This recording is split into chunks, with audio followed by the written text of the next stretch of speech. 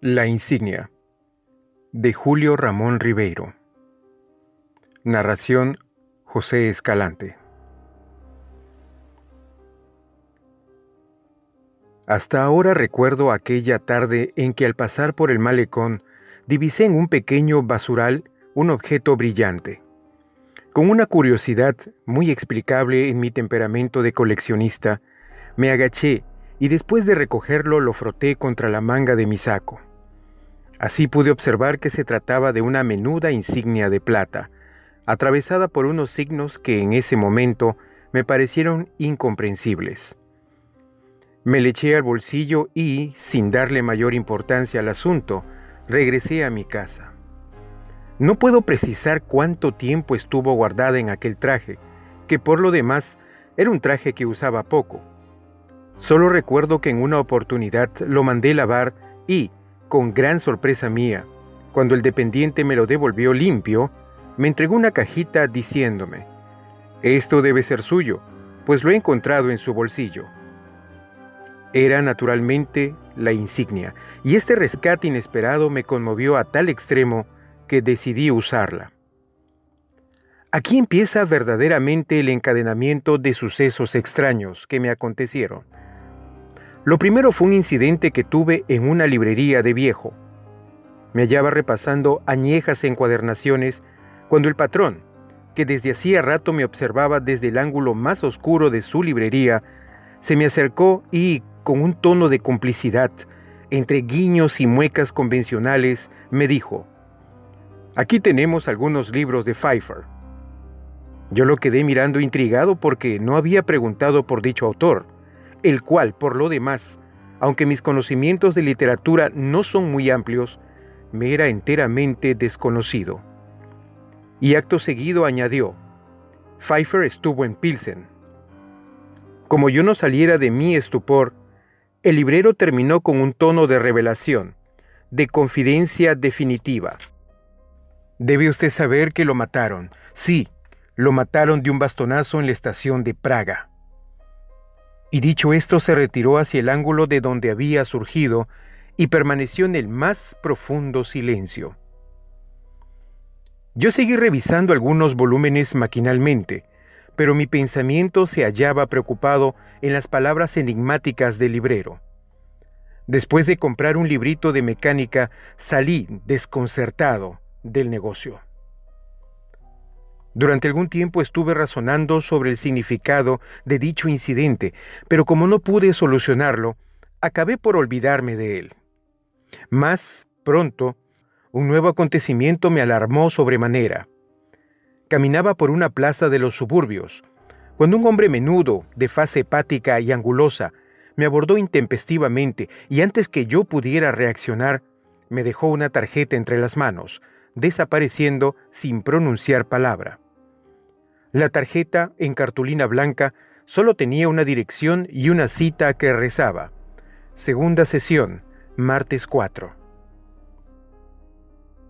Como es de suponer, el martes 4 me dirigí a la numeración indicada. Ya por los alrededores me encontré con varios sujetos extraños que me rodeaban y que por una coincidencia que me sorprendió, tenían una insignia igual a la mía. Me introduje en el círculo y noté que todos me estrechaban la mano con gran familiaridad. Enseguida ingresamos a la casa señalada y en una habitación grande tomamos asiento. Un señor de aspecto grave emergió tras un cortinaje y desde un estrado, después de saludarnos, empezó a hablar interminablemente. No sé precisamente sobre qué versó la conferencia, ni si aquello era efectivamente una conferencia. Los recuerdos de niñez anduvieron hilvanados con las más agudas especulaciones filosóficas, y a unas digresiones sobre el cultivo de la remolacha fue aplicado el mismo método expositivo que a la organización del Estado. Recuerdo que finalizó pintando unas rayas rojas en una pizarra, con una tiza que extrajo de su bolsillo. Cuando hubo terminado, todos se levantaron y comenzaron a retirarse, comentando entusiasmados el buen éxito de la charla. Yo, por condescendencia, sumé mis elogios a los suyos, mas en el momento en que me disponía a cruzar el umbral, el disertante me pasó la voz con una interjección, y al volverme me hizo una seña para que me acercara. «Es usted nuevo, ¿verdad?», me interrogó un poco desconfiado. «Sí», respondí después de vacilar un rato, pues me sorprendió que hubiera podido identificarme entre tanta concurrencia. «Tengo poco tiempo». «¿Y quién lo introdujo?». Me acordé de la librería con gran suerte de mi parte. Estaba en la librería de la calle Amargura, cuando el... ¿Quién? ¿Martín? Sí, Martín. Es un gran colaborador nuestro. Yo soy un viejo cliente suyo. ¿Y qué hablaron? Bueno, de Pfeiffer. ¿Qué le dijo? Que había estado en Pilsen. En verdad, yo no lo sabía. ¿No lo sabía? No, repliqué con la mayor tranquilidad. ¿Y no sabía tampoco que lo mataron de un bastonazo en la estación de Praga? Eso también me lo dijo. Fue una cosa espantosa para nosotros. En efecto, confirmé. Fue una pérdida irreparable. Mantuvimos luego una charla ambigua y ocasional, llena de confidencias imprevistas y de alusiones superficiales, como la que sostienen dos personas extrañas que viajan accidentalmente en el mismo asiento de un ómnibus. Recuerdo que mientras yo me afanaba en describirle mi operación de las amígdalas, él, con grandes gestos, proclamaba la belleza de los paisajes nórdicos. Por fin, antes de retirarme, me dio un encargo que no dejó de llamarme la atención. «Tráigame la próxima semana», dijo, «una lista de todos los teléfonos que empiezan con 38». Prometí cumplir lo ordenado y antes del plazo concedido concurrí con la lista. «¡Admirable!», exclamó. «Trabaja usted con rapidez ejemplar». Desde aquel día cumplí una serie de encargos semejantes, de lo más extraños. Así, por ejemplo, tuve que conseguir una docena de papagayos, a los que ni más volví a ver. Más tarde fui enviado a una ciudad de provincia a levantar un croquis del edificio municipal.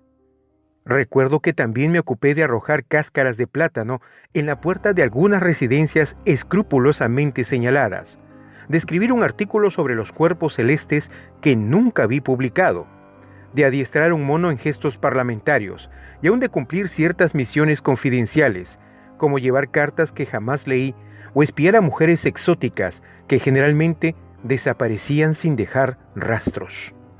De este modo, poco a poco, fui ganando cierta consideración. Al cabo de un año, en una ceremonia emocionante, fui elevado de rango. «¿Ha ascendido usted un grado?», me dijo el superior de nuestro círculo, abrazándome efusivamente. Tuve entonces que pronunciar una breve alocución en la que me referí en términos vagos a nuestra tarea en común, no obstante, lo cual fui aclamado con estrépito. En mi casa, sin embargo, la situación era confusa. No comprendían mis desapariciones imprevistas, mis actos rodeados de misterio, y las veces que me interrogaron, evadí las respuestas porque, en realidad, no encontraba una satisfactoria.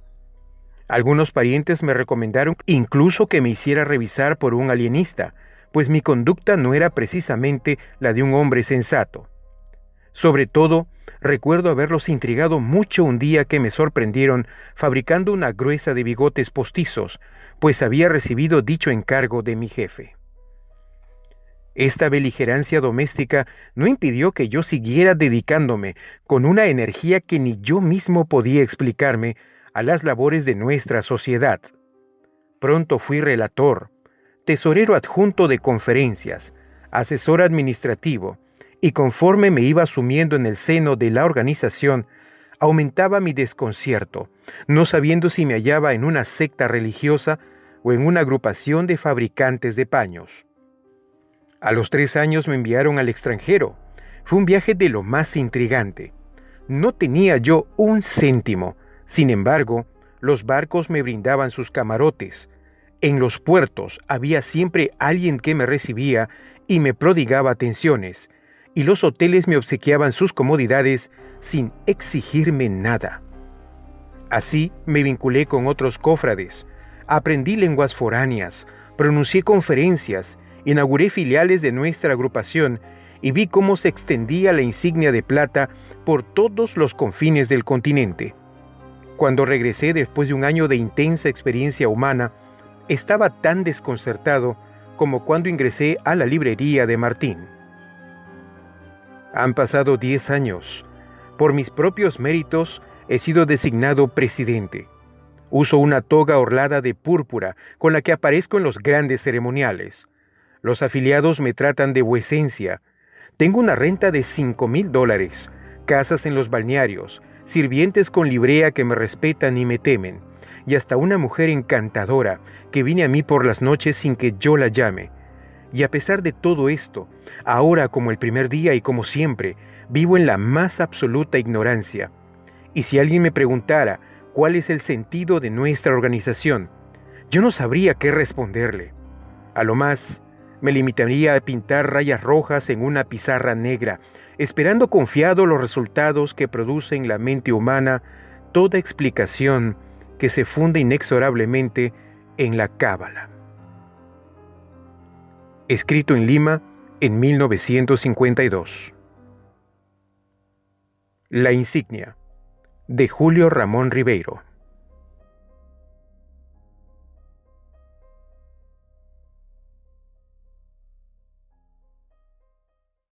Hola, amigo, amiga que me escuchas.